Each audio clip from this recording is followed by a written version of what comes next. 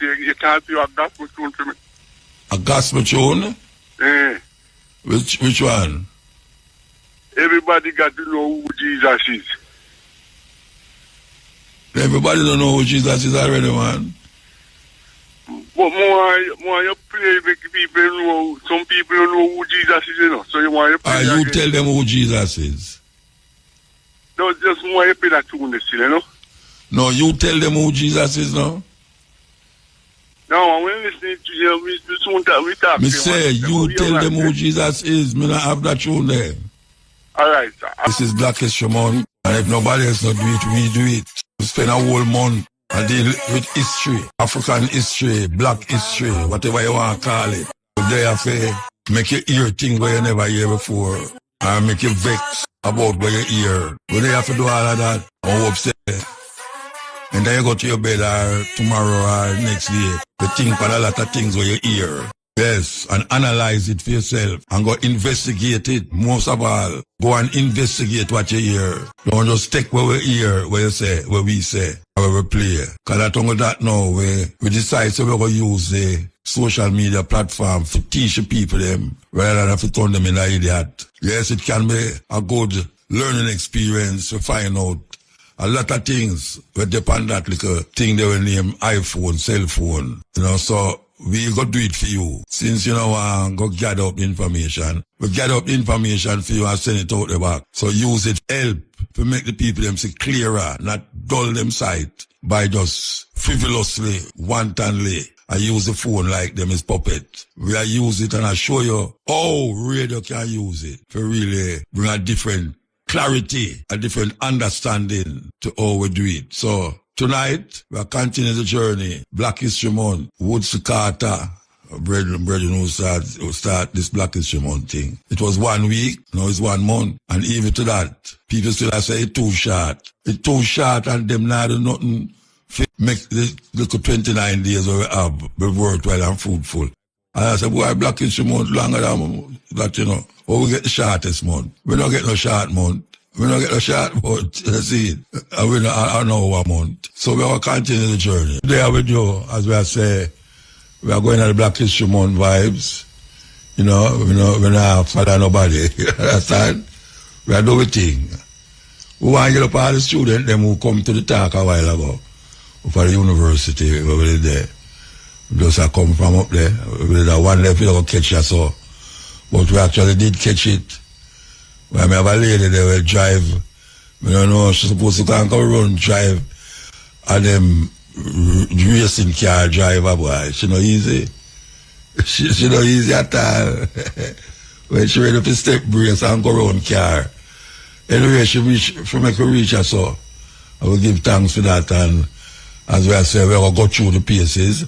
But you know, sexuality, you know, if things are going on, advertisement take up the space them, so 40 million of us were stolen from the motherland, stolen into 500 years of night. The truth died in the dungeons that now lay empty on the coast of lands that we would never see again. Mother Africa would populate the Americas with her sons and daughters in the millions. Nations and civilizations would be built on their backs. Their bodies now lie in the unmarked annals of history. No more do those ghostly ships anchor in our harbors. No more do we hear the cladding of rusting chains of the coffle gangs. But still, until this day, the silent wind that blows across this ancient land has a bitter requiem that lingers in every corner of our hearts. The souls of those lost to Mother Africa sleep in anguish,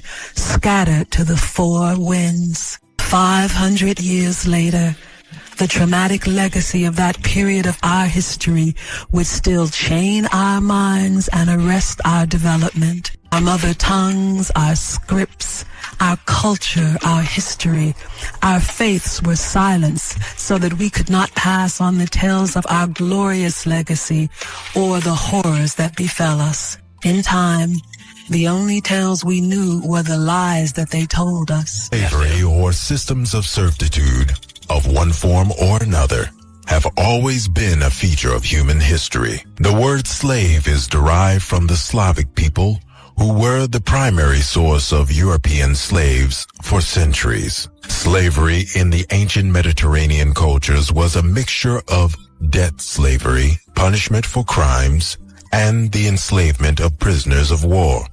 Undoubtedly, a majority of slaves were condemned to agricultural or industrial labor and lived hard lives. In some of the city-states of Greece and in the Roman Empire, slaves were a very large part of the economy. However, the disgrace which escorted and distinguishes the transatlantic chattel slave trade is in its sheer inhumanity, the ultimate degradation and dehumanization of a targeted ethnic group, the reduction of human beings to mere commodities, transferable labor units made void of language, religion, culture, and history. Chained to the chattelization of Africans was the most horrific feature of chattel slavery, mental slavery.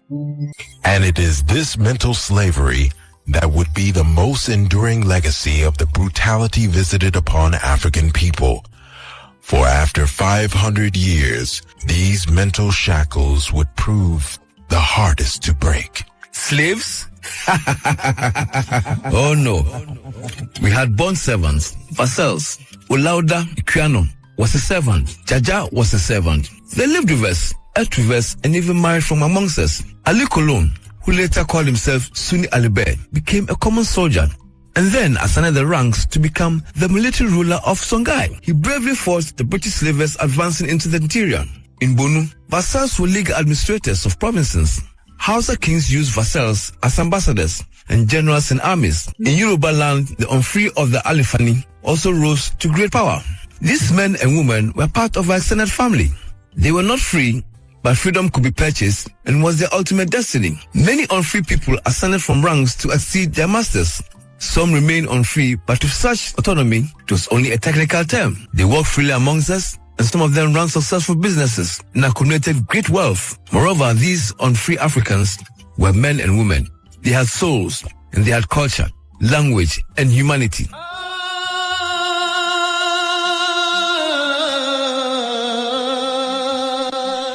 Our history did not begin with slavery, for in the sands of ancient Egypt we forged civilizations, and in Axum, Nubia, Ta-Seti, and the great Islamic kingdoms, Mali, Songhai, and in the south, Great Zimbabwe. While Europe crawled in darkness, we fostered art, astrology, universities, mathematics, physics, and agriculture. But history would have you believe that we were mere passive participants, oblivious like leaves in the wind to the swaying tide of civilization and advancement. But our historical fate was held in contempt by hateful pens, stinking indelibly of prejudice. Slavery, they say, was nothing new to this ancient land. They say Africans sold Africans before Europeans landed in Africa. However, to use the word slavery to describe what Europeans saw in Africa is one of the greatest linguistic injustices, a semantic perversion of epic proportion. The line that defines what is and isn't slavery is blurred, and there is no secret that when ethnic groups and nationalities fought in wars, the vanquished were given into a system of subservience to the victors. Askew rules of war. However, let not the word slavery allow an analog to what happened on the plantations of Jamaica, Brazil, and America. In Africa, there were no fields filled with men and women toiling away at the crack of a whip. There was no place where slaves outnumbered their enslavers. Slavery did not exist within Africa, but serfdom, servitude, or vassalship did, as it did in most of Europe and the rest of the world. In addition, this vassalship was scattered and infrequent. It was never the commerce of the land. In most African societies, there was very little difference between the free peasant and the feudal vassal peasant. Vassals of the Songhai Muslim Empire were used primarily in agriculture. They paid tribute to their masters in crop, and service, but they were slightly restricted in custom and convenience. These non-free people were more an occupational caste, as their bondage was relative. In the Kanem-Bornu Empire, vassals were three classes beneath the nobles: Kembe, Kalia, and Zusana. Although Kembe were free compared to the Zusana, it was a fact invisible to the naked eye. Marriage between captor and captive was far from rare, blurring the anticipated roles. These captives could accumulate great wealth, and some of them rose to the highest ranks within the society, either as soldiers, merchants, or as politicians. I want you to listen, you know. I want you to listen, because that was very important what the man just said. I talk about white people slavery, and when them go to Africa, them see something will look like slavery, whereas it wasn't like them, what them did I do. And we have to figure that out. People always talk about slavery that exists in Africa. But there's nowhere in Europe that a slave, well, not in Europe, there was nowhere the Europeans that take an African and carry him go England and work him, and then him eventually become richer than him slave master and have a house like him slave master and was respected in him community like him slave master. Because in Africa, that is what was happening. People who was serving other people were white people called slave. These people rise up to become very powerful people in them community and nation. It's not like you beat them. There's nowhere, as can't wait the man I say, in Africa, you didn't have slaves outnumber the slave master. Nowhere where slaves outnumber the slave master. So, continue listening. The most telling consequence of the transatlantic chattel enslavement of African people was the birth of modern racism. It can be asked, why did nobles, priests, kings, and common folk alike tolerate the barbarity perpetuated against Africans? How was such a horrendous trade allowed to exist in full view of morality and humanity? The transatlantic slave trade was the most profitable industry the world has ever seen.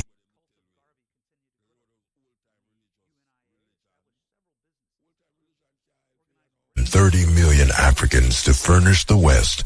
It then took further millions upon millions of African descendants, generations after generations, to build the modern era. Slavery was beyond a shadow of a doubt responsible for the backbone of the modern world. It was the catalyst to the Industrial Revolution. No enterprise in the history of humanity was more profitable and lucrative. Considering the necessity for slaves in all Europe had to gain from using them, justifications had to be fortified to abate the moral dilemma. Arguments matured alongside this morbid human trade to justify the unjustifiable. They sold each other. Blacks are animals, built We are like saving them from serve each other. It is their purpose. Blacks were uncivilized, and we civilized them and industrialized them. They sold each other. Our infinite mercy. Africans could not have a history.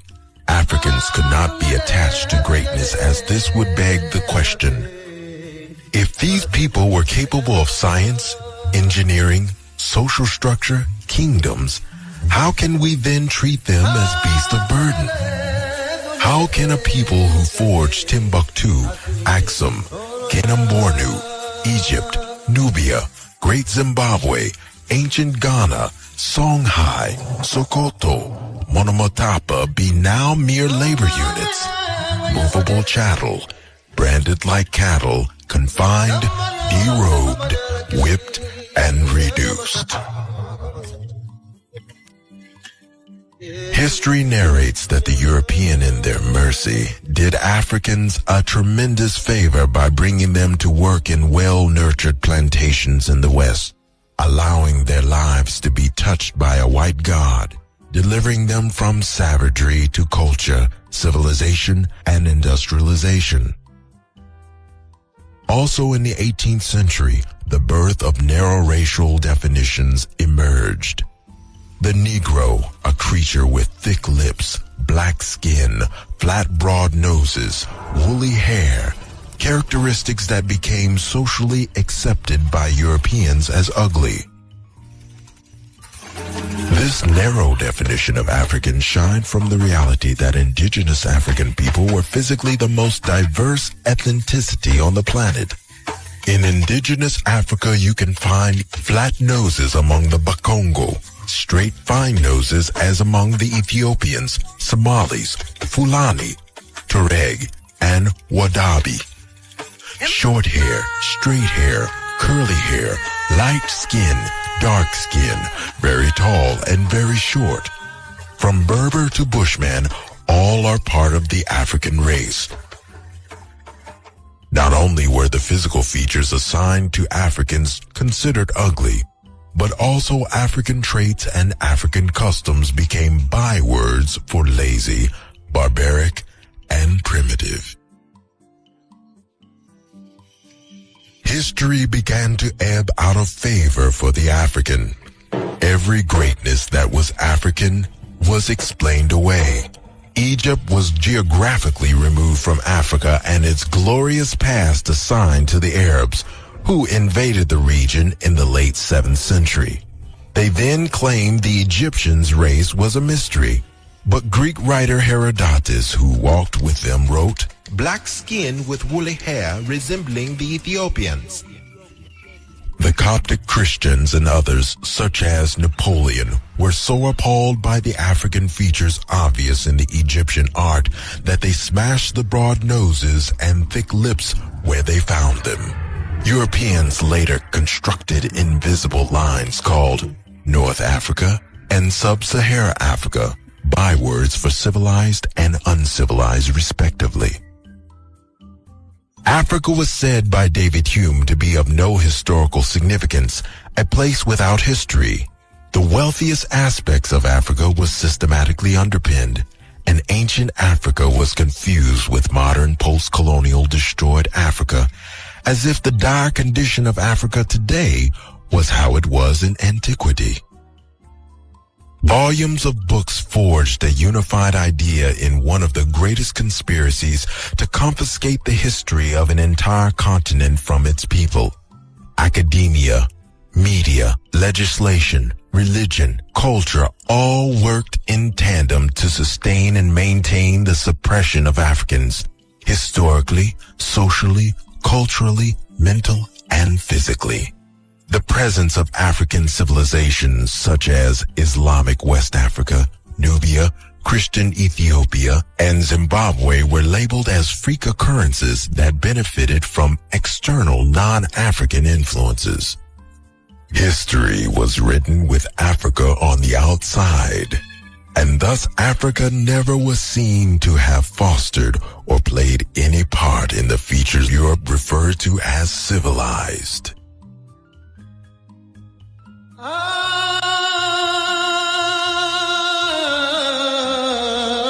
Such was the arrogance born from the chattelizing of a people. The voiceless Negro became defined, aimless, and helpless. This campaign over hundreds of years rooted an inferiority complex in the minds of Africans and a superiority complex in the minds of Europeans. Many who hated the cruelty of slavery still never saw Africans as their intellectual equals. This was the precursor to the modern social dilemma and the greatest legacy of slavery, racism. History has buried the trauma of the Arab slave trade in the sand. While Europeans targeted men in West Africa, the Arab trade primarily harvested the women of East Africa to serve as domestic slaves, wet nannies, and sex slaves in the infamous harems. This trade trickle over millennia is estimated to have taken 10 million Africans via the eastern route to India, Saudi Arabia, and Turkey, and also via the Trans-Sahara route to North Africa and the Mediterranean, where in slave markets such as Ceuta, Morocco, Africans were purchased to work as servants in Spain, Portugal, and other European countries. This trickle trade really only boomed in the 18th and 19th century. Prior to this period, the trade between Arabia and Africa was more focused on iron, ivory, and animal products. However, there is no doubt that this slave trade is one of the oldest in the world and still exists behind closed doors in Sudan, Mauritania, and parts of the Middle East. In Lebanese and Arabian households, away from human rights, Ethiopian girls are abused and raped. In Mauritania, the color class system is still blatantly apparent to anyone brave enough to look. One of the biggest differences between Arab slaving and European slaving was that slaves were drawn from all racial groups, and they were rarely used as a means of crop production. Slaves were not the economic engine behind Arab economies. Arab slavery generally lacked large sugar plantations where slaves toiled to the crack of a whip in the hot sun. Unlike the European trade, the physical remnants today are very hard to measure. There are no ghettos, mental institutions, or prisons holding African people in disproportionate numbers. Many women stolen from Africa were stolen to serve the infamous Arabian harems. Their children were thus born free to Arab fathers and thus would have been heirs to wealth and status. Many African people thus rose to great stations by virtue of their Arab fathers, hence, for better or worse, facilitating the absorption of African culture and lineage into an Arab one.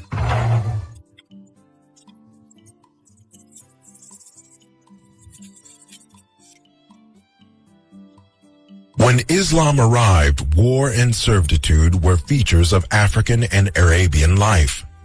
Judaism existed among certain Arab tribes as well as Christianity, and like them, Islam did not blatantly outlaw slavery.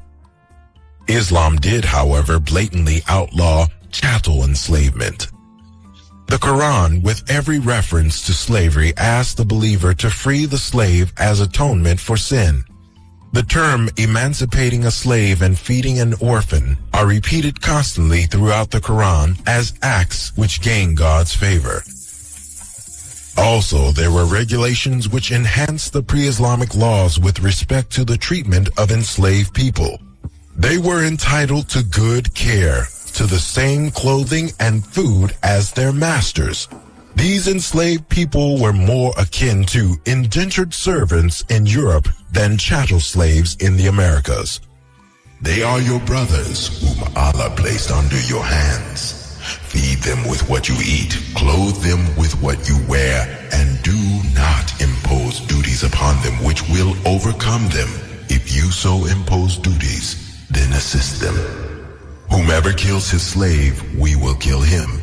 Whoever slaps his slave or strikes him, his atonement is to free him. It became a fundamental principle of Islamic jurisprudence that the natural condition and therefore the presumed status of humankind was freedom. Despite this, there were the greedy and the vindictive that sought to make slaves of their Muslim brothers and sisters as well as other Africans. Because Islamic Sharia had laws pertaining to slavery, it was seen by the opportunist as a natural God-sanctioned feature of life. Conveniently, the numerous laws of manumission were given a social backseat. Overzealous Europeans have always overdocumented the Arab trade in enslaved Africans to alleviate their guilt concerning their own trade. Well, the Arabs did it too, became the common tone of contemporary historians. However, it is a well-known fact that Europeans in their artistic depiction of slave raids have always skillfully and intentionally portrayed slave raiders as Muslim Africans or Arabs. The most expensive enslaved group in Arabian societies were the eunuchs, who were castrated men drawn from Europe, but also Darfur, Abyssinia, Kordofan, and other African nations. Ironically, because of their lack of sexuality, they obtained great privileges while the women's privileges were due to their sexuality. Eunuchs were generally made by Coptic priests in Egypt. Young boys, victims from raids and wars, were subjected to the horrid, monstrous, unspeakable, insane process of castration without anesthesia, which had an 80% mortality. The price for surviving this ungodly, brutal act was a life of influence and luxury. Silk garments, Arabian thoroughbreds, jewels were bestowed on them to reflect the wealth of their masters. Strangely, eunuchs were both distinguished and greatly revered as elites of Arab societies, despite being enslaved. Clearly, slave did not mean downtrodden and oppressed. The actual word slave was far from taboo, as the most pious people were self-professed slaves of Allah. The Afro-Arab relationship was riddled with complexities lined in a cultural nexus. The greatest thing to appreciate is that the 18th century definition of black did not exist in this period, and some so-called Arabs were Arab linguistically, but racially African. There is, however, no doubt that when concepts introduced by racist Arabs came into the mix, that the status of the African in Arabian society became associated with the enslaved. Despite this, the legacy of the African presence in these Arab and later Turkish lands were far from that of absolute subjugation. Africans occupied senior military ranks. They administered provinces and managed the sacred mosques of Mecca.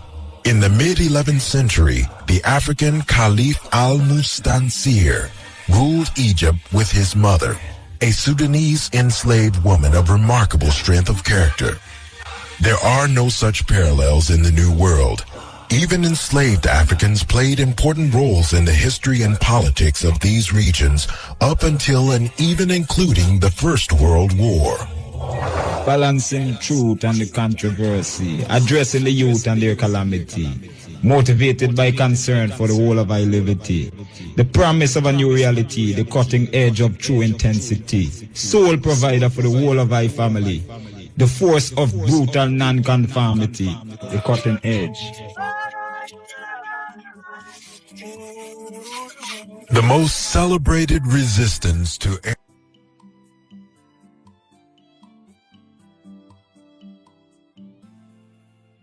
peoples from East Africa.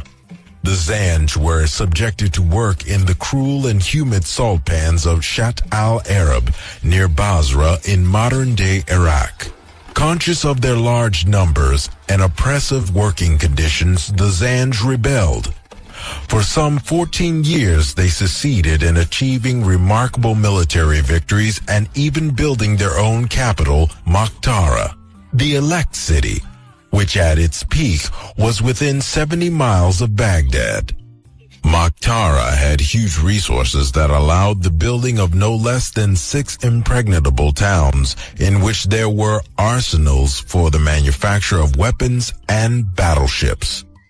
Their achievements were even more impressive considering that they occurred at the height of the Abbasid Empire, an empire that presided directly over Iraq, Mesopotamia, and Western Persia, and indirectly over the territories from North Africa to Central Asia and from the Caspian Sea to the Red Sea. After the Zanj were finally crushed, the victorious Abbasid general Muwaffaq dismissed all claims of their masters who sought their return. Instead, Muwaffaq recognized their strength and incorporated thousands of Zanj into his own government forces.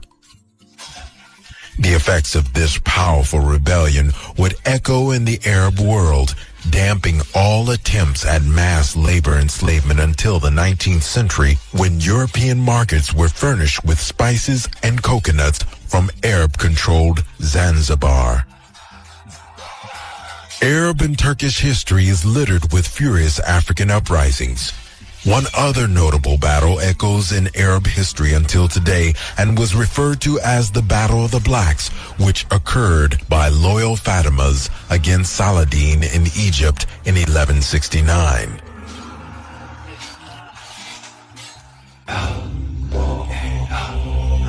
Islam was founded in a multi-ethnic Arabia, 22 kilometers off the coast of the African continent.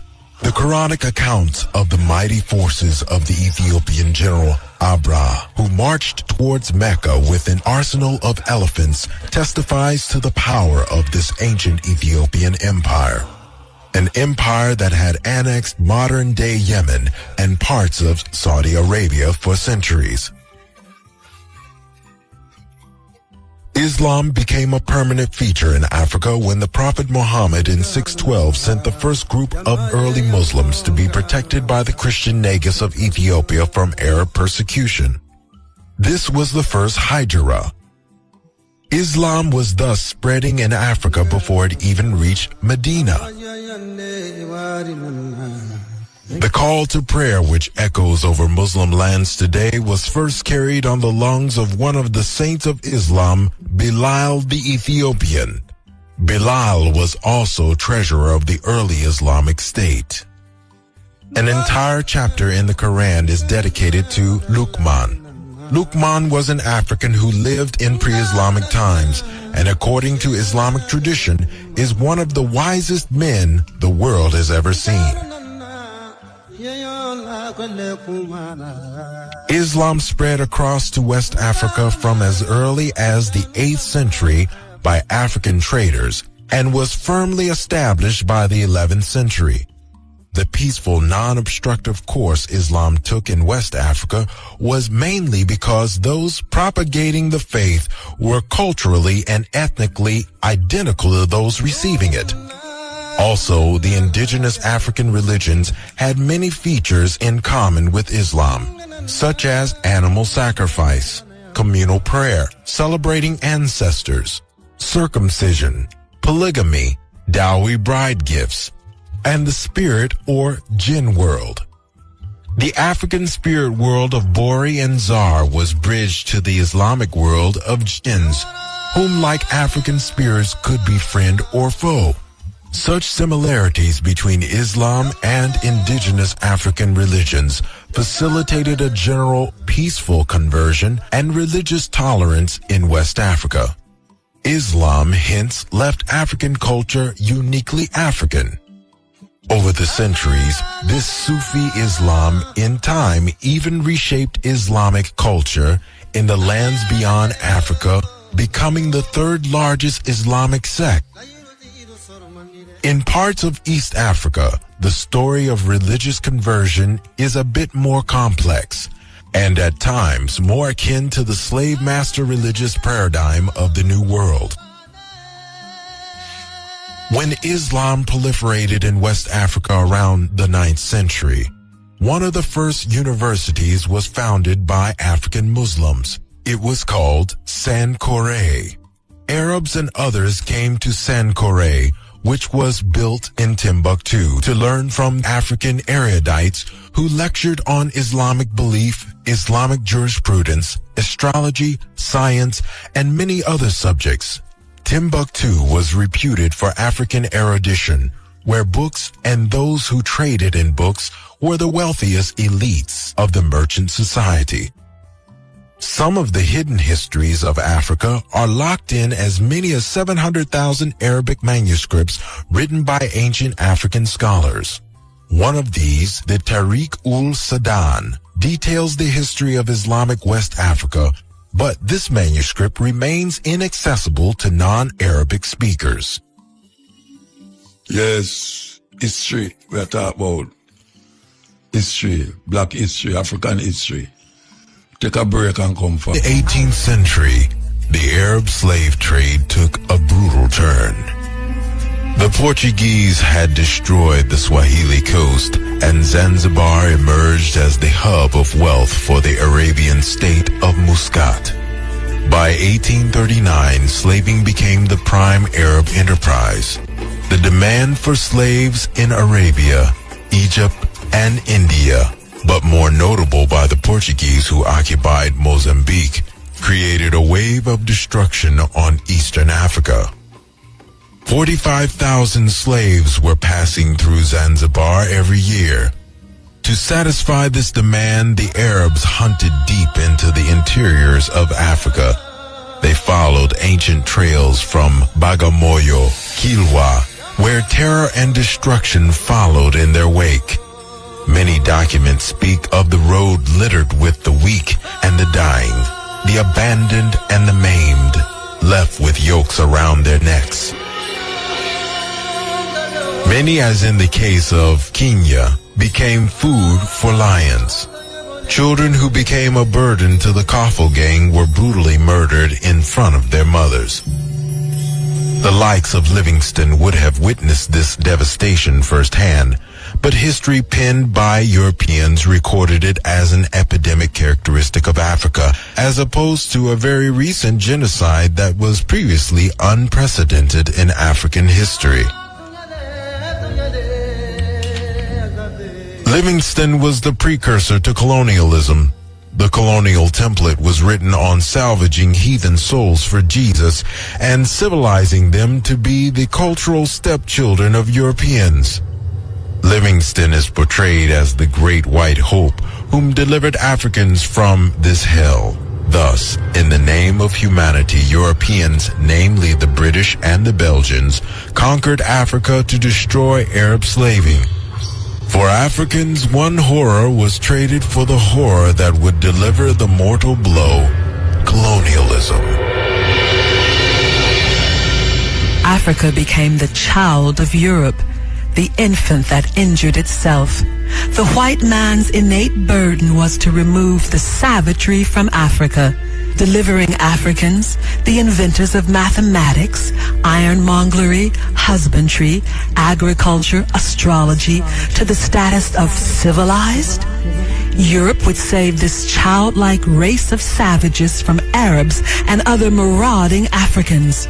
So sour was the milk that Europe fed to Africa that eventually some Africans would call Europe their mother and protector. Yes. Serious thing. Of Christianity in Africa prior to the Eurocentric blend introduced during slavery and colonialization is restricted to Eastern and Northern Africa. Abyssinia, modern-day Ethiopia, and Nubia, modern-day Sudan, are the only noted places to boast of an African version of this religion. Ethiopia is referred to in the Bible in the same breath as Persia and all the other great civilizations of this time.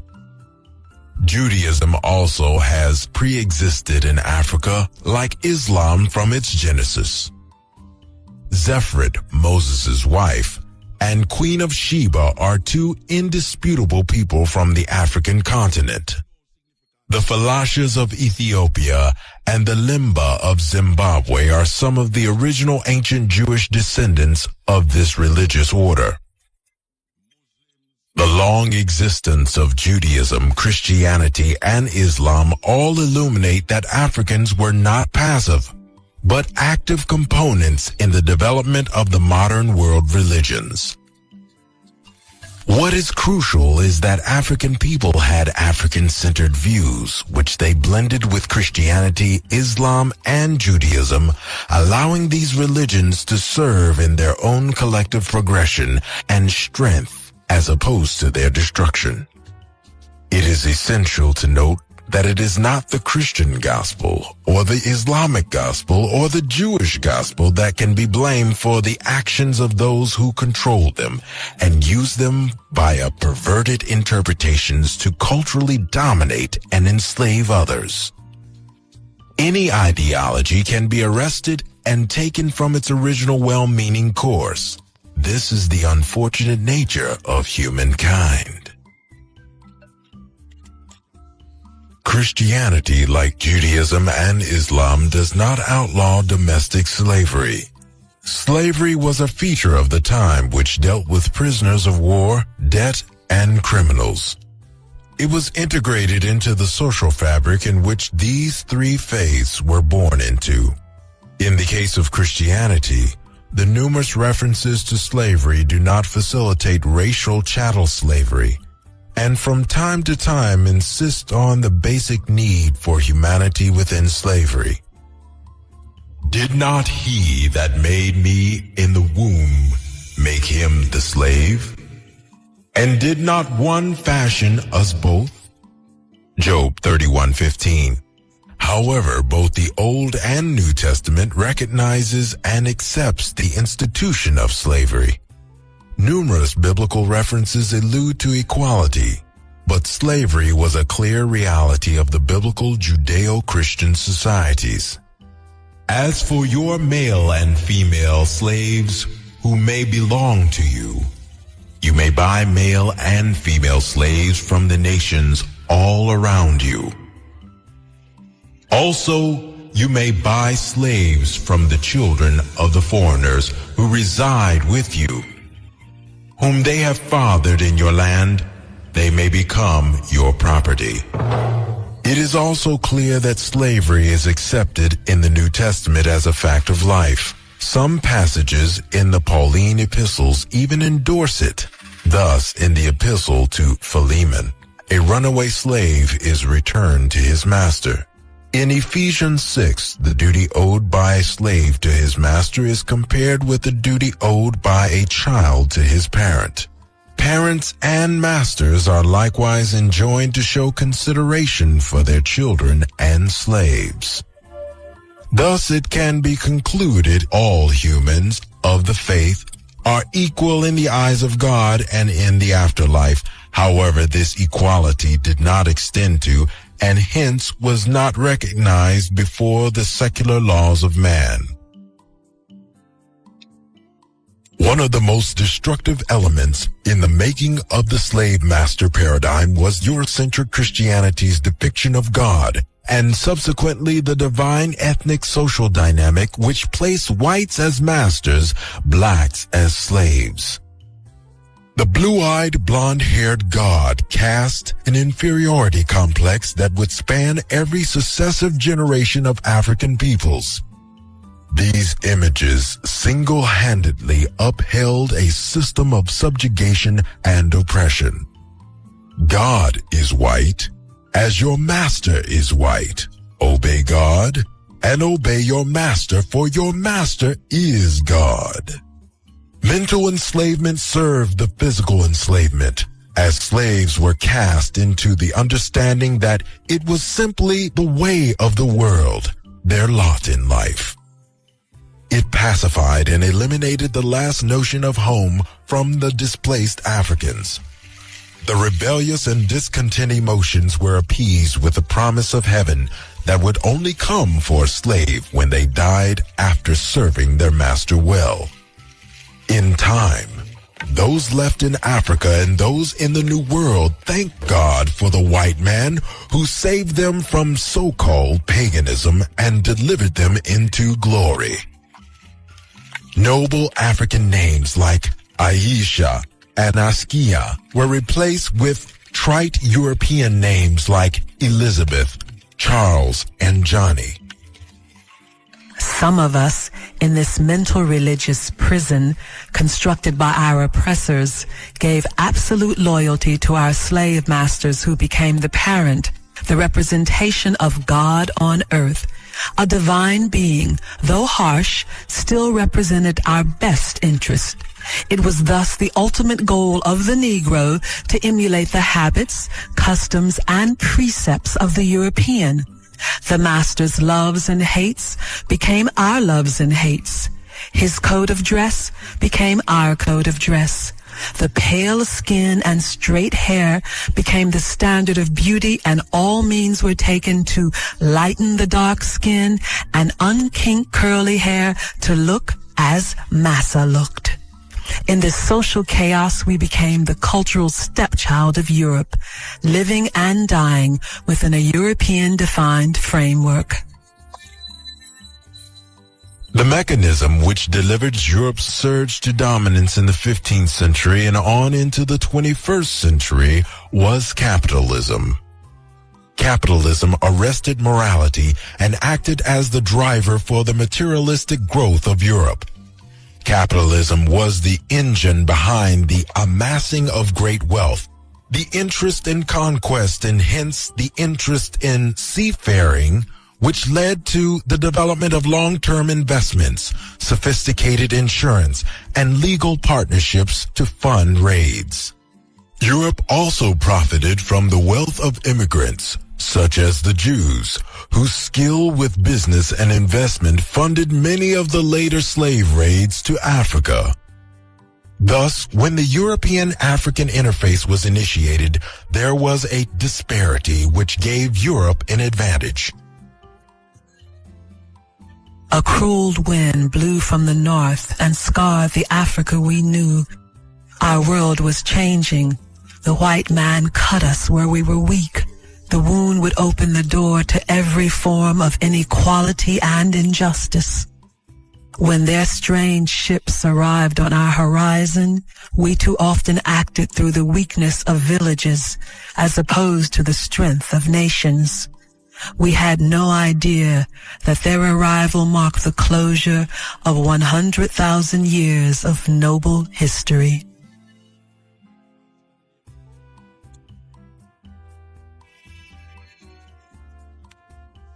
We followed south past the Canaries. The year was 1441. We hugged the West African coast, eager to appease Prince Henry, who pressed us to return with proof of the lands of the Moors we had seen. What better proof than a Moor himself? The crew was bursting with zeal as the Pope himself, hearing of our slave raids, blessed us and sanctified our crusade. He promised that God would forgive all our past sins for this noble conquest of the savages. We harbored and ventured inwards under the cloak of night. Then we approached two encampments of the Moors. We attacked with fury. So taken were they that they began to run with no order or consideration. Some of the men stood their ground and drew their assegais to confront us.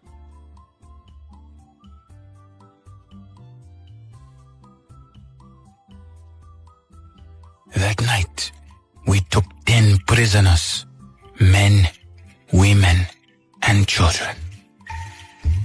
By the time we returned to Portugal, our complement was 235 Moors. However, one of the Sanhaja chiefs convinced us that slaving was easier by trade rather than by war. Then they started to act as intermediaries, as Moors were procured from West Africa to Europe. In the early days of Europe and Africa, trade flourished in a small way in the estuaries of Senegal at the mouth of the Gambia. The kingdom of the Muslim Jollof stretched as far as Sierra Leone and the Guinea coast. They traded their prisoners, gold, ivory, fine cotton for horses, silver, and articles of silk made in Grenada.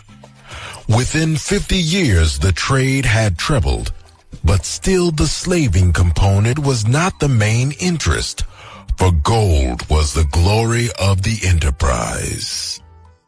This was the era of mutual respect where Europeans held Africans in high regard. They were treated as noble civilized equals with very honorable and sophisticated trading systems. African ambassadors frequented Lisbon. Portuguese soldiers even fought in the armies of the Oba. In the 16th century, Britain and the rest of Europe, including France, had no real interest in slaving. It was really a Portuguese and Spanish occupation. In 1561, Queen Isabella engaged royal money in funding trading expedition with the Guinea coast. But here again, the focus was more on gold, palm oil, ivory, and pepper. Interestingly, France in those early days condemned slavery, and in 1571 declared that France, mother of liberty, permits no slaves. The overall picture was one of mutual trade, which furnished the European maritime nations and African coastal kingdoms with profit, development, and technological exchanges. But this was not meant to last. The pendulum of time started to take a low, dark swing out of sync with Africa. Events 2,000 miles away in a place they called the New World were unfolding that would cast dark clouds over Mother Africa. And as the taste in the demand-driven trade changed from gold and ivory to black bodies, demand from the Americas consumed and set the scales out of balance. Like a virus, the trade shifted from mutual to unilateral, and as time escaped us, we fell like dominoes as destiny took us deeper into the dragon's mouth. Our world in a night was spiraling out of control, and we became like dust in a storm. Cristobal Colon, a Spanish elite posing as an impoverished Italian, discovered that the land he discovered had been discovered around 30,000 years prior to his arrival. The new world that was discovered was rich with new opportunities for expansion and trade. But the daunting reality was that to build a new world, it would require a workforce. The local native Caribbean peoples were the first to suffer enslavement. In 1503, Queen Isabella ruled that only cannibals could be taken as slaves legally, which encouraged Europeans to identify various native Caribbean groups as cannibals. However, these people were not suited for plantation life. They were susceptible to European diseases and were not physically adapted to the intense demands. Europeans then sold their fellow countrymen into slavery to fill the ranks of the dying native Caribbean peoples. However, they called it indentured servitude. Yes. May I tell you, history. The man cover everything. From the Jews to the Arabs to Islam, Christianity, chattel slavery, servitude, all of them. Very important document for here and really take it in. Very important. Because you're not going to get that at school. You're not going to get it at school. And I'm not going to get it nowhere else but right here, so. Yes. Anyway, it's midnight in Jamaica. Midnight, 12 o'clock. Brothers and sisters, this is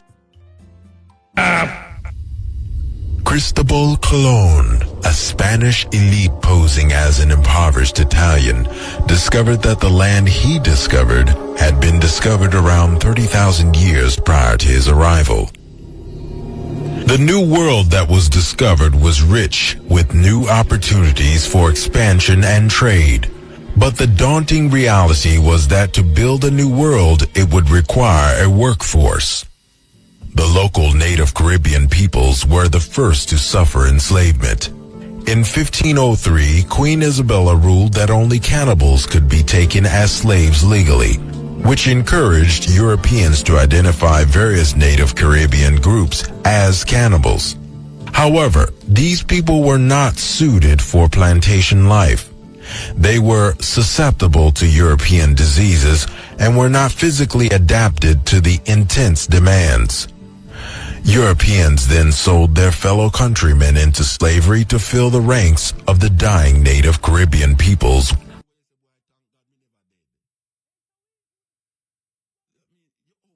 ranks of the dying native Caribbean peoples. However, they called it indentured servitude. Ovando, the Spanish governor of Hispaniola, complained not to export any more Africans as they were aggressive and reinforcing the ranks of resistance among the Native Americans. These early imported Muslim Africans were proving hard to handle. But as labor shortage got critical due to the waning of the indigenous population, Ovando reassessed the situation and demanded that Africans be sent.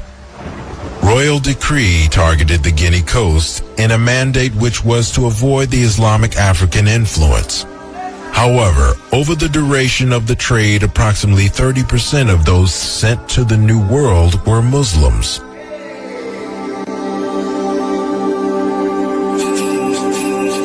Europe's sweet tooth placed an increasing demand for slave labor. In the late 1400s, the Atlantic islands of Madeira and Sao Tome became leading centers of world sugar production and plantation slavery. By 1530, Portugal had established settlements in Brazil where over 40% of all enslaved Africans ended up. Now that the trade was in full swing, nothing could stop it. It was the backbone of the Spanish-American enterprise. The Spanish king was in receipt of export tax in addition to the licenses which were per head of enslaved person. This heavy taxation led to wholesale smuggling and distortion of records of Africans actually exported from the continent. Slaving was the most profitable commodity in the 18th century, and Senegambia exported an average of 2,000 to 3,500 slaves each year. The largest market for enslaved people was in the French Empire, especially in the colony of Haiti.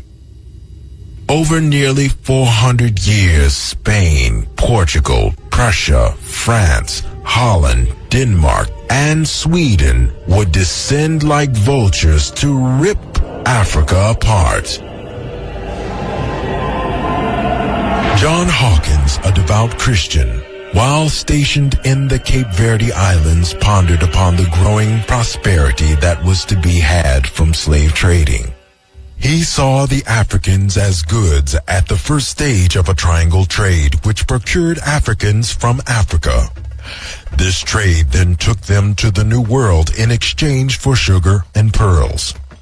The trade then departed the New World and terminated in England, where goods for trade with Africa were loaded. Spain and Portugal had a head start to a lethargic Britain, who initially opposed slaving. However, Queen Isabella II gradually came around to the prospect of building an empire on the backs of blacks. English Parliament passed an act legalizing the purchase of slaves in 1545. 100 years prior to this, the Pope declared that possession of slaves was the right of all Christians.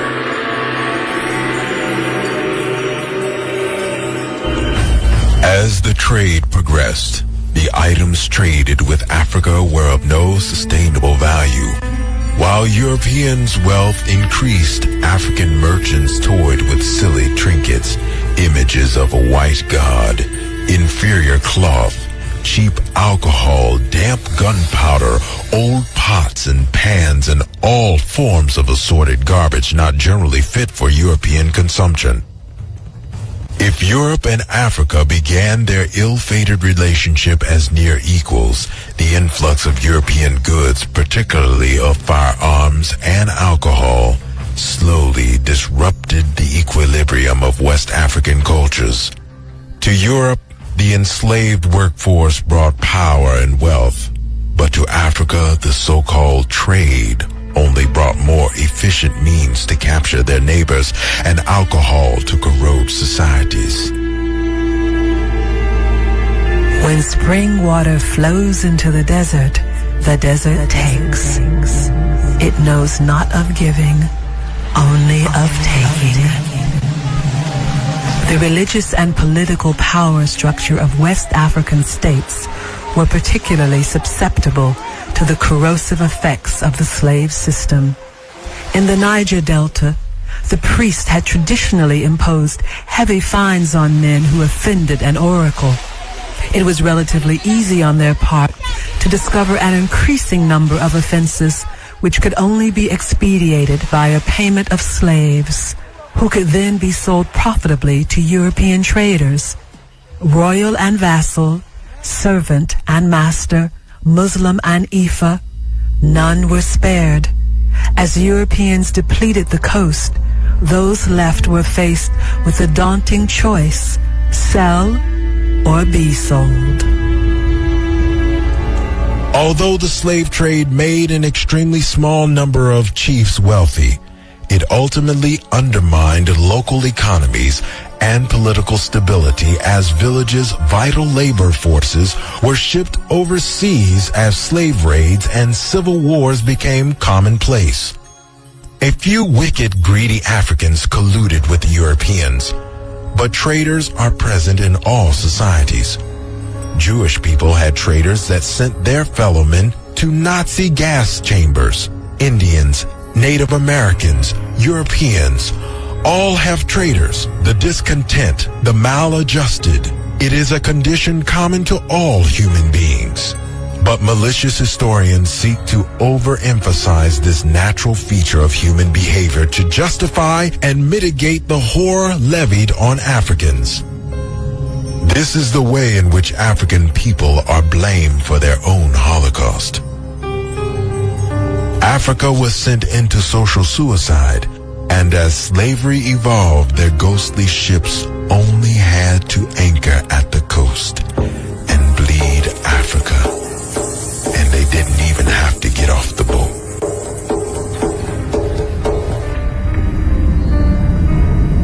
There are those from among the shadows that say it was my brother who sold me to the white man, that it was my neighbor who gave my children to the thirsty sea. There are those who are content with self-admonishment to justify the trade because they say we sold our own people to them. We sold, they bought. A deal gone bad, but a deal nonetheless. Oh, how they came and watched us while we laughed. They watched us while we played. They watched us while we argued. And they planned and plotted a plot that would only have one beneficiary. They armed some of us with their guns, which made for coward war, and they left others with their spears. They set tribe against tribe, nation against nation, Oyo against Dahomey, Ashanti against Ga, to populate their plantations. They created such a vacuum on the coast of Africa that it turned against itself. Innocent and naive we were to trust, but that was our way. First, they were doing us a favor. They took the bad of our societies, prisoners of war, the thieves and the murderers. But then they would always come back and ask for more, and more, and more, and more. Some of us, a very few of us, with their guns got greedy and betrayed their brothers and sisters. But don't blame all of us for the treachery of a few. Stirred up the politics of Africa to keep us warring because they knew when there were wars, there were slaves. Queen Nzinga pleaded with the Portuguese, find another trade, some other commodity other than my beautiful African people. But the white man set her neighbor against her until her plea was no more. The marabouts fought numerous jihads, but they were outnumbered, and our world was fading. At no period in the annals of the slave trade did Africans simply acquiesce to the imperialist advances of the Europeans. Resistance was an everyday feature of the trade. Resistance took place in the village, on the coast, on the ships, and upon arrival in the New World. As the Portuguese slavers moved period in the annals of the slave trade did Africans simply acquiesce to the imperialist advances of the Europeans. Resistance was an everyday feature of the trade.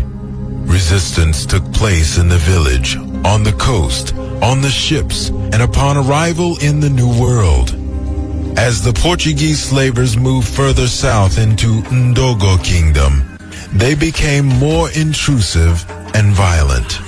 While Africans such as Queen Nzinga of Matamba resisted their every advance. Around 1673 to 1677, Muslim clerics called marabouts led an anti-slavery revolt and tried to topple the slave-trading African aristocracies of the Senegambian states.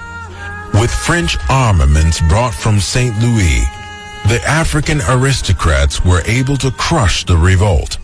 However, the passionate effort by the Marabout warriors caused a large conversion to Islam among the peasantry, who were the main victims of slavery. In less than the time one takes to talk about it, these unfortunate creatures.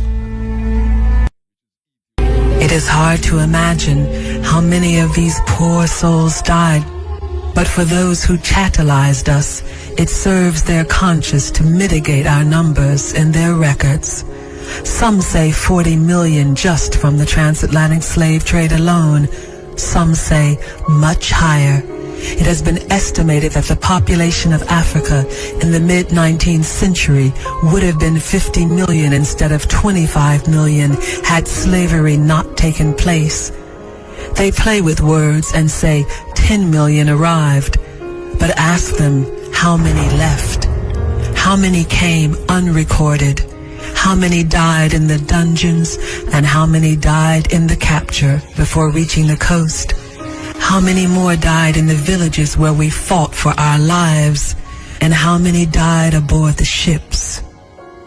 1/3 to 1/2 were lost in the dark voyage to the Americas. Pirates made numerous undocumented raids that were never recorded. It is a known fact that the Portuguese trade was underestimated by 50% and the British trade by 1/3. Then there were those who died by the indirect actions of the slavers, those left to starve, those who died of European diseases.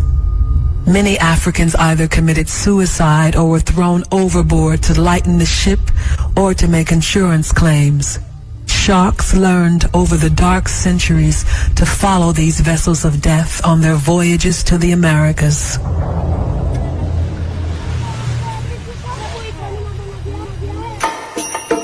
An often neglected study within history is the value of population demographics as a function of time.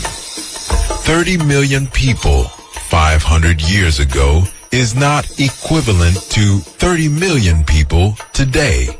Hence, to appreciate the African Holocaust on the population, we must look at these numbers in today's figures. So 30 million 500 years ago becomes more like 200 million in our current time.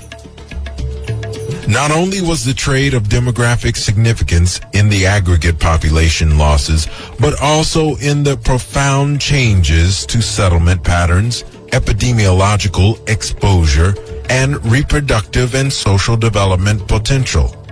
Within a few generations, thousands of years of social structure and stability fell into ruin. Days turned into weeks. We stopped in Salaga for a few days. From there, we were marched from village to village, changing hands from one slave driver to another. The horrid din of the cladding of the rusted chains could be heard on our every approach. Over the centuries, the sound became too familiar. And even lions and vultures followed the 300-year death march across Africa. We followed the river for a while, and then came to a village where 20 or more canoes awaited us. We changed hands again. We drifted in near silence through 2 nights and 1 day, and arrived on the coast on Juma. Friday, the day when we would have dressed in our glorious robes and listened to the elders speak. But now, we were bones, clothed only in our skin. It is here that we saw the white man en masse. They were busy trading, stocking, accounting, and arguing with treacherous black bodies wearing white masks. A terrible sight to us. We followed the beaten trail along the coast until there, in the distance, a large fort rose above the tree line. It was the place only whispered in nightmares. El Mina, the mine. So we continue the journey. El Mina was the first important European port on the Gold Coast. It was established to trade in gold, spices, ivory, and other African artifacts. El Mina was to serve as a trading post which would protect trade and traders from possible attacks by other European states and local people. The castle was taken over by the Dutch in 1637, who kept control for 274 years until the British seized it in 1872. The castle was used to store enslaved Africans along with ivory and gold while they waited for slave ships to arrive and collect them. It is estimated that 6.7 million Africans passed through El Mina's doors of no return, the highest volume of Africans for any slaving station. In the tomb called El Mina, we stewed for months in small, cramped, dark dungeons. Ventilation was poor, disease was rife. Occasionally, we would be allowed to exercise our arms and legs. This was the prime occasion for the white officers to cast their cavernous eyes over us as we were routinely paraded through the courtyard. Every time we were walked in front of them, we knew that a few of us would be selected and taken and cleaned up and then raped over and over and over again. But there was a twist to these dreadful acts. If by chance one of us became pregnant, we would be set free and allowed to remain in Africa.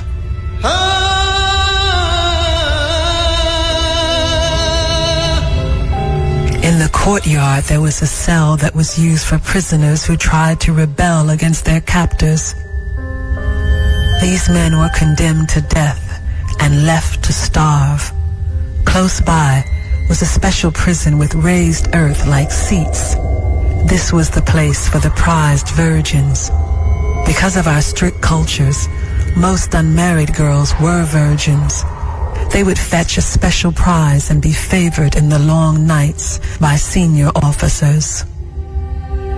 Across the way, standing in ironic juxtaposition, was a Christian church where the European officers worshipped, singing hymns praising God to the background of the most sorrowful and pitiful dirge of death and suffering, which bemoaned from the haunts of the dire, dismal dungeons. One day, 1521, after the whites prayed to their God with sweet smoking sticks and large clanging bells, the fittest of us were gathered together and marched towards a narrow corridor. The mass of bodies obstructed my view as we were jostled forward, persuaded in the rear with a sharp snap of a whip. I could make out a door at the end of a long, dark hall. It was bathed in lights like the door to Jinnah. In the light, I saw flashes of a large wooden structure which danced to the rhythm of the deafening thunder of waves outside. My heart pulsed, awaiting my every breath, as if deciding if beating was worth it. Many of us, so terrified with fear, vomited and urinated constantly. I could hear the screams of those who disappeared into the night. I cried, "What hungry beast awaits our beaten bodies? What manner of creature awaits our souls behind the glaring light?" I froze with fear, paralyzed by uncertainty. Only the drive from behind pushed me closer and closer. As I panicked, I fought and screamed for my life, but was pulled through the door by my chains. The spray of the salty sea breeze blew a chill across my exposed body. The blood rushed from my head, and I turned around before losing consciousness to see the one-way door through which I would never return.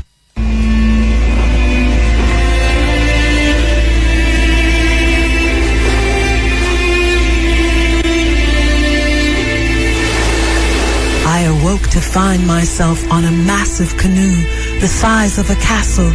We were then processed and carried to the belly of the beast. The bottom of hell had a gentler invitation. Igbo, Fulani, Wadabe, Hausa, Mandinka, Fon, Wolof, Kanuri, Chukwe, Dogon, Ashanti, Songhai, all lay side by side on the damp, dark wooden deck, stripped of our dress and adornments, stripped of our delicately fashioned jewelry, and most of all, stripped of our honor. Imams, chiefs, orishas, sheikhs, shamans, now mere cargo. The hum of screams of pain, weeping and death washed with the drumming of the sea. A stench that could span 1,000 years reeked with urine, feces, vomit, blood, sweat, and infection. The living lay stiff next to the dead. In the distance, a woman screamed for her child who surrendered in the cold, damp, infectious night. A muddle of prayers occupied the busy silence. Prayers of Islam, Vodun, Contemplate, Odu Ifa. In this dark hell, there was nothing but prayers to comfort us.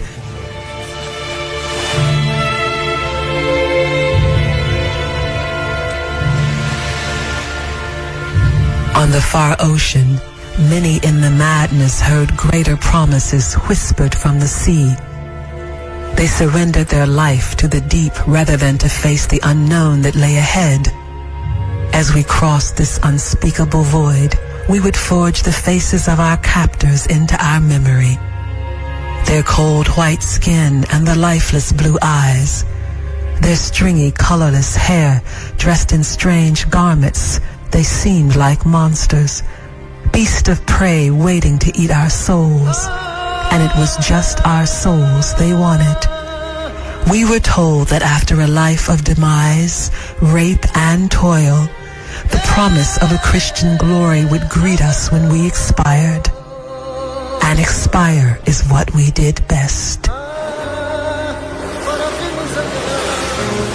As we, the children of Mother Africa, were lost to the night, a new world thousands of miles away would be born.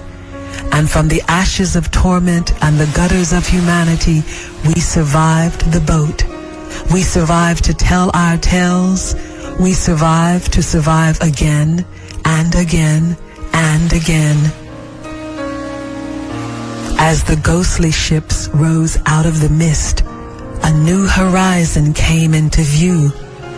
Before us lay the Americas, and in this new world we would know new horrors. Behind us, millions lay dead. But they are not dead, because we will remember them. They will never grow weary as long as we strive to reclaim, to retake all that was ours. They live in our hearts and in our being. We will teach our children their tales of glory and despair. Because from the ashes of destruction, a new nation has risen, the African diaspora. And one day, we shall all see our sweet Mother Africa again.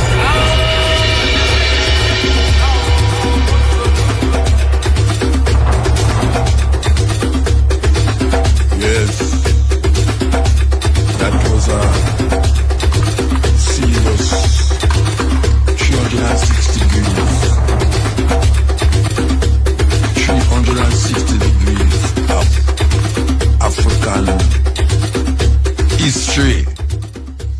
starting from the West Coast until it reached this part of the world. So vivid. I know for those of you who listen to me right now and know when them say Elmina Castle, where it bring up in you, there's no way you can go to Elmina Castle and go inside there and don't cry. No way. Everybody I know will go into that place, shed tears. When I hear you talk about the door of no return, and the church where them have, where white people used to pray to them God, meanwhile black people under in some dungeons are wait to be taken through the door of no return to somewhere where them don't even know. Because when them reach the door of no return, you go in, them carry them in the ship and put them under the ship.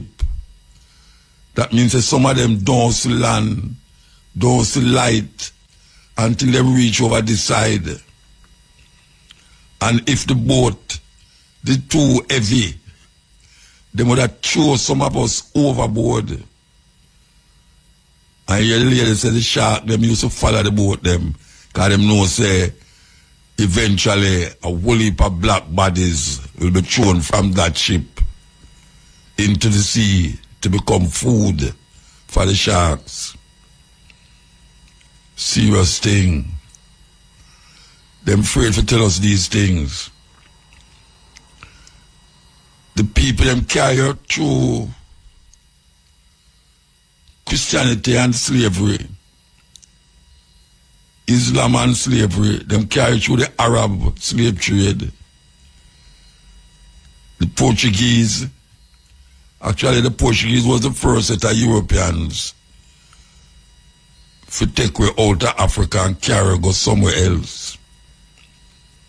And no one mentioned the travel across the Sahara into Europe, Spain and those places. It's a serious, serious thing. And them want to forget all of that. Meanwhile, them build up them castles and them empire after the blood, sweat and tears of African people. And when we talk about it, reparation, them says not them did do it. Them do have nothing to do with it. It's them four parents. Them four parents dead and gone. But what built up the four parents that them can come now and really suck our fight, live our fight, have a direct relationship with what took place 300-400 years ago. When you hear a man talk about, but you know, forget about that, you know, because it's not I to do it. It's not I to do it. That is what them say. It's not I to do it. Can you imagine that? Can you imagine that? All the things them with Cecil Rhodes do. The murder and killing. Well, King Leopold do. The murder and killing. And you are telling me now, say, after you really benefit from these murders and killings, you are telling me now, say, it's not you do it. It's your four parents. We forgive, but don't forget. And sometimes we don't even know if we want to forgive neither. This is a serious thing. These are the things where we have to really figure out. Meanwhile, we get cloaked up and involved in a them world of illusion, world of no love, no sympathy. This is where we have to think, man, that we don't get caught. You know, the ring a rosy, the pocket could have frozen, Ashama all fall down. We, African people, must break this chain where them bind we with and continue to make us feel like, say, everything is okay. Don't worry, be happy. Some of us can be some of us can be happy, and some of us can stop worry. But if you really feel and know, say, there's something that happening in our history that causes us right now to be in the position where we're in now, you have to really search your head, man. Search your head. Yes, greetings, Muta. Blessed man. We feel like we was in classroom that's man. Boy, it's a strong black history lessons you give the people them, you know. I have to salute you, man. I have to salute you to the max. No other program in Jamaica programming right now deal with the black history like you. And it's good. And trying to give the message and spread the black history to people, the students at UA. And we have want to tell the people we have a public lecture tomorrow. Well, today, what I'm going to talk about, Thursday evening, free for everyone, because we have pushed the black history at UA. And I am really the head cook and bottle washer for these seminar sessions. But I want to tell the people that we have I. Jabalani Tafari, we have Dr. Jelani Nair, we have Dr. Imani Tafari Amma, and Dr. Albert Taylor as a panel talking about black history and its relevance to black people. Tomorrow at the Mona, UE Mona, at the multifunctional room, which is near the main library, from 6 to 9. That's Thursday, that's today, the 12th of February. Free to one and all, because we are celebrating the centennial of Black History Month, started by Carter G. Woodson, February 1926. We're keeping on the tradition of Black History Month. This is the centennial, you know, and it's not just a black American thing, it's a black people thing worldwide. Just as we heard on the program, you know, the great achievements of black people from ancient times, Nile Valley civilization, from Ethiopia, Sudan, to Egypt, going down the River Nile. And Muta, I was tell people, me just recently was in Egypt, you know. It was long overdue. And when we see the pyramids, and we see the temple them, and we realize, it's black people build this. Nobody should refute that black people were the first builders of civilization on the planet. Of course. But them say it to, you know, them say it to them archaeologists, them say it now. Yes, and when you look upon the monuments, not for them the nose is damaged. Why? Because broad noses. When the Europeans saw that, them couldn't the site. Napoleon himself, yes. Yes, knock off the nose of the Sphinx, the great Sphinx in Giza Plateau. But anybody may really shout out to the people them, try and make a trip to Egypt and see the magnificence. What was your occasion that you went there for? What was your occasion when you go? When we go? No, I had it on my bucket list for years now. It's overdue by about 30 years between me and you. Oh, yeah? And every time it come up, some reason come up, we say, all right, let me leave that till the following year. And then the following year come and we procrastinate and we don't go. So I was there in January. And I was glad I was there because it was a reminder to me, and it should be a reminder to all black people. We are gods and goddesses living on this planet. We built the pyramids. We had Timbuktu University in Mali. We have the great churches of Lalibela carved out of solid rock. We have the wall of Zimbabwe, in Zimbabwe. All of these monuments of civilization are there on the continent right now. So black people have to realize they came from greatness. No, we did have this transatlantic slave trade. And we also had the Arab slave trade, which really is our Holocaust. We have our own Holocaust.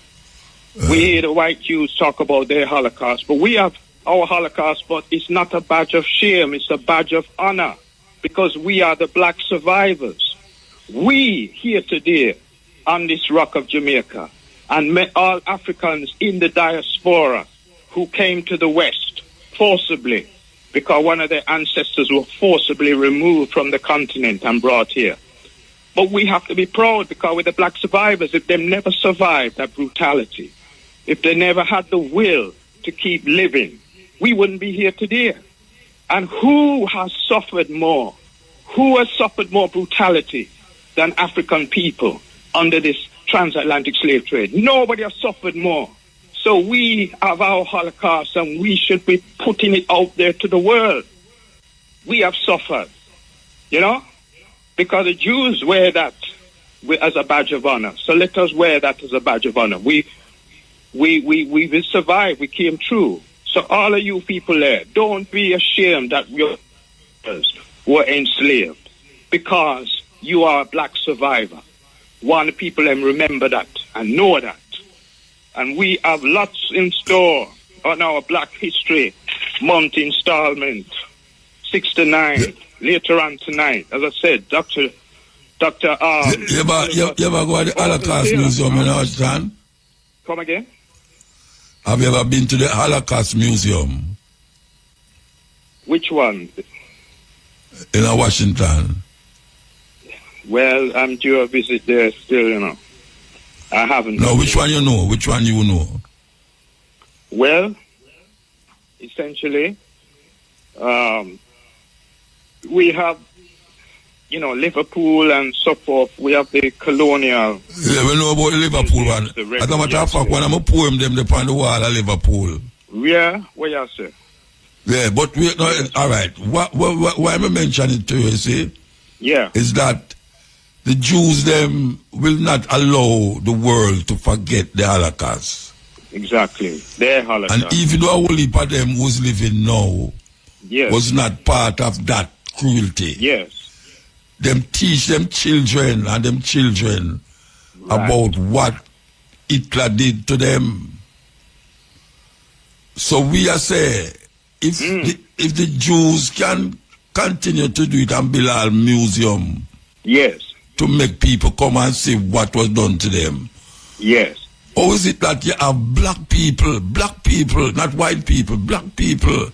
I tell we say them think they gone a long time. Why would they harp on it?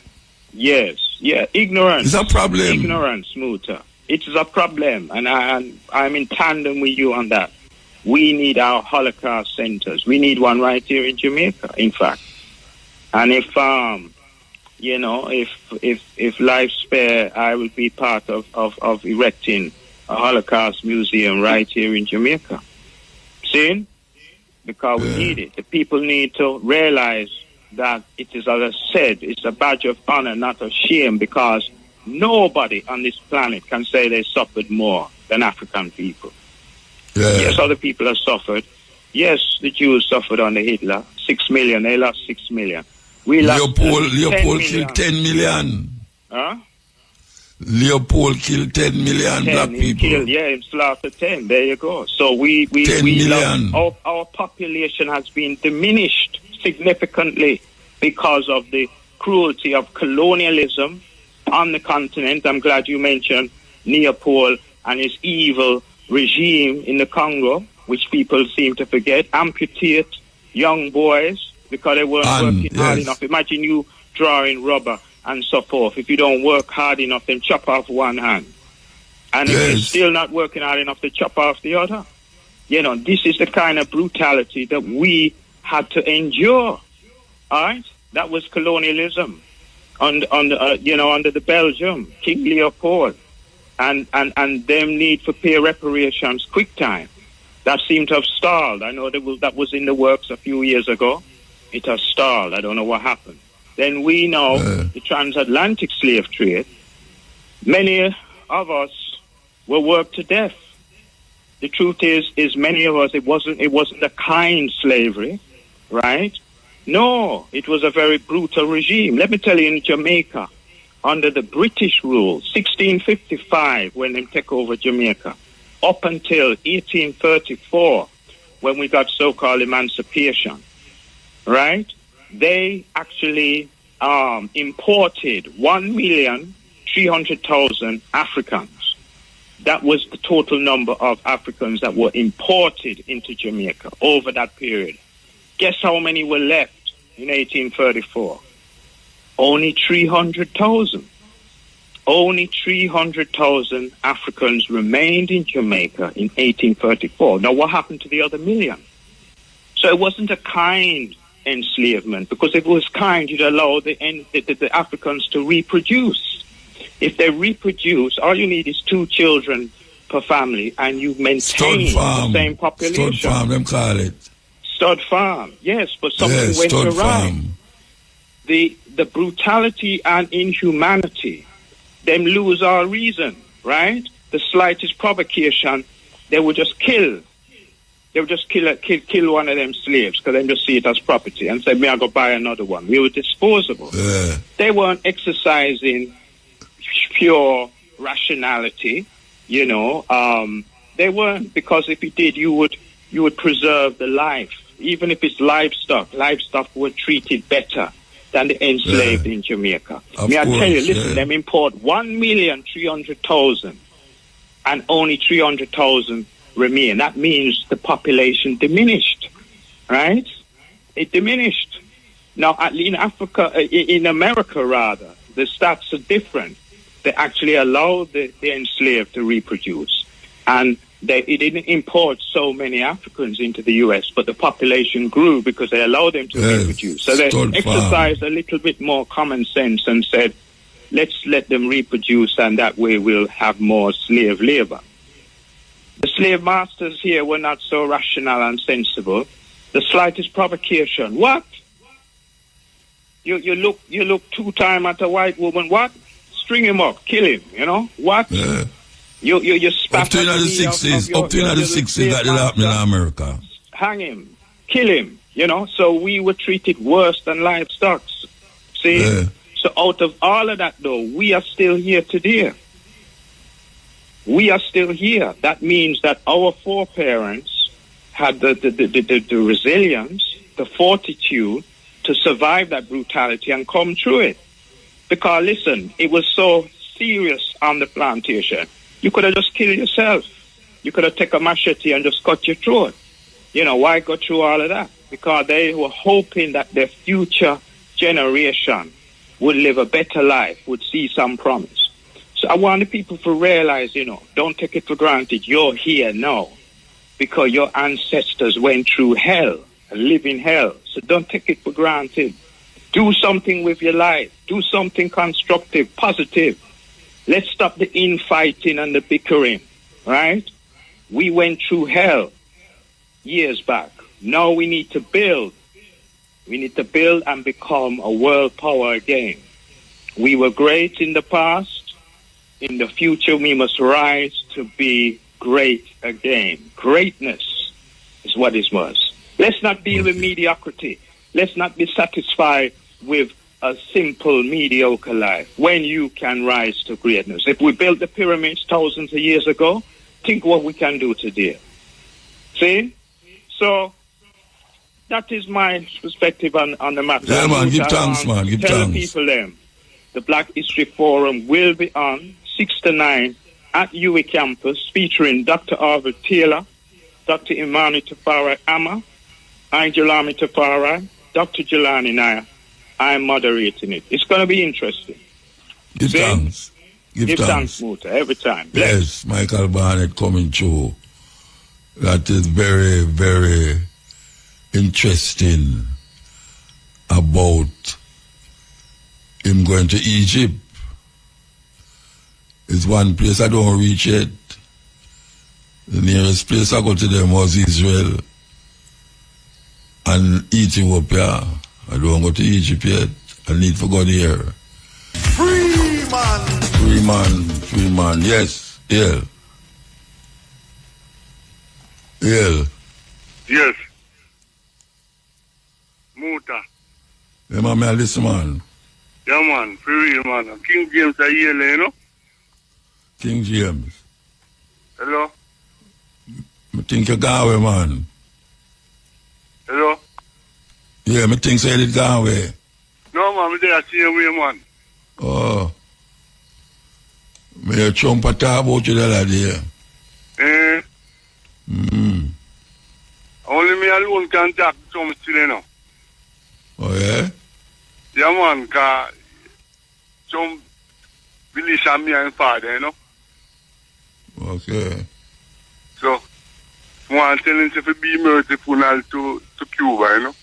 Because I love Cuba, so I like for me to talk to you now, and he's a man who believes in me, so I'm not going to really trouble Cuba, you know.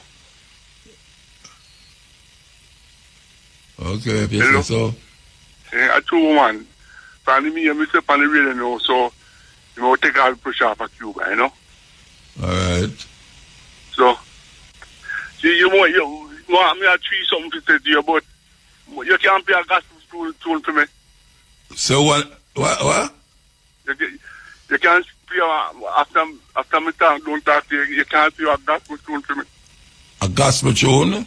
Yeah. Which one? Everybody got to know who Jesus is. Everybody don't know who Jesus is already, man. But more you play make people know, some people don't know who Jesus is, you know. So you want to play you tell them who Jesus is. No, just more you play that tune still, you know. No, you tell them who Jesus is now. No, when listening to you, we talk. Me say, you tell them who Jesus is. Me not have that tune there. Alright, sir. Alright. So, Muta. Yeah. I feel here this year, you know, 2026, you know. No, wait, no, hold on, no, man. Man, see, you're not going to tell the people them who Jesus is. One next time, you know, next time. Alright, next time, okay. Alright, next time. So, it's time I passed through last year. I went 2025, you see it? Yeah. And Hurricane, they're in a category 5, you know? Yeah, Hurricane Melissa, yeah, what happened? You know, see, when Jesus, you thief Jesus, you know, you see category 5 come back on them door. And number 5 mean thief, you know, you understand? Number 5, what?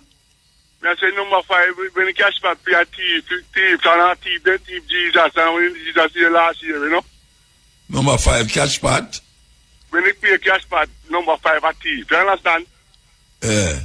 So me I say, the curriculum come as number 5 in a Jesus year, because Jesus born for number 25, then say Christmas Day, you understand? At 25 born, then all you say 5. No man, 25 Christmas Day. No, you try 15 your thinking with the number, man. Because that's why I say hold on. Look why you say a category 5 hurricane. Remember you say a category 10, 15. You say a 5. No, you gone. No, I said Jesus born 25, 25th. No, so a category 5 hurricane. So me I say, you see. Yeah. So you see, Jesus come back, Jesus then vex, because he come back as 5. You know me I say? Who vex him come back as 5. No, I vex, man. Oh, I no vex. I vex about him, man, because you see thief them. Eh? No, me not see them. Me not see them. You have to go down now, though, you know. One name Pauline and one name Pauline, you know? You see, a Pauline... Which part them come from? Just, you know. What? You understand? You see 2 thieves went on up by cross. No, me not see them. One of them named Pauline, you know? Okay. So, it's a Pauline when then could I see Jesus, you know, but Pauline never saved Jesus. He make Pauline to kill him. You understand? You know Leaf Alive? Yeah, yeah, man. You know Leaf Alive, right? Yeah, man. You know Cersei? You know Cersei? Eh? You know Cersei? Yeah, who should them are you? No, me ask you the bush them me ask you about, man. Which one of them are me? Me no bush. Yo, hear me I say. You need some bush tea, man. Yo, me have to move. Me have to move. Yo. Me have to move. And me turn you on. What a thing. Me shouldn't turn you on, you know. No, me can't turn you off. Me have to move. Me have to move, yeah? You're hacking, not you. Me have to move, okay. No, me talk to you. Yes, hello? Hello? Hello? Yeah, hear me? Oh, yeah, man, here now. Eh? Yes, Muta. I'm calling from the States. My name is Taj. Okay. Are you hearing me? Yeah, man, I hear you, man. Oh, yeah. You know, I'm just calling to say, man, you know, you've been such an inspiration to me.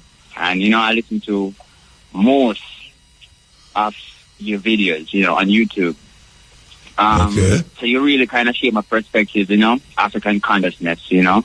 And I've been really having a problem here because, you know, it seems like nobody don't really understand African history. They don't even know African history. Well, them not teach it in school, you know, so. Yeah, really I know. teach it in I school, got school Jamaica. I got school, you know, high school and primary and all of that. So we experienced all of that. But I'm saying, you know, something have to be done about that. Don't you think so? And I know you'll agree. Well, we are trying to do something about it with this program now.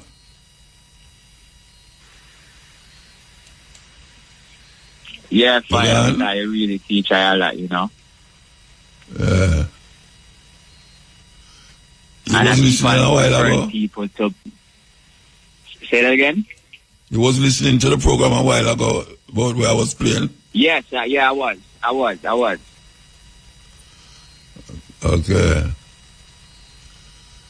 Because them things are very important. See, we have to use what we have at our disposal to do what need to be done by any means necessary. And this is one of the ways that I choose to do it, you know? For real. Because most time when we talk to people there, you know, I'm very passionate about it. So when I talk, you know, I get loud and things, but they don't understand like the passion there, you know? Because I mean, we keep them in such a state of brainwash. And when I tell them, you know, because I listen to a lot of lecturers from Dr. Clark, John Henry Clark. Henry Clark, yeah. And Dr. Ben and Dr. Ivan and all of them man there. Take on to the up and all of them man there. That's good that you're here, man. And I study Rastafari and see the struggle. Say that again? No, I say I'm glad to hear say I read them. Not many people read them now at all. This time in America, you know, I have to, you know, have that knowledge. Yes, because it really has helped to straighten eye, you know? Yeah. Yeah, man, give thanks, brethren. Give thanks. All right? For real, man. I hope one day I can really meet you when I come to Jamaica. I hope that we can make that possible. All right, yeah, man. Keep listening, man. Keep listening. All right, give thanks, fire. Yeah, blessed, man. Blessed.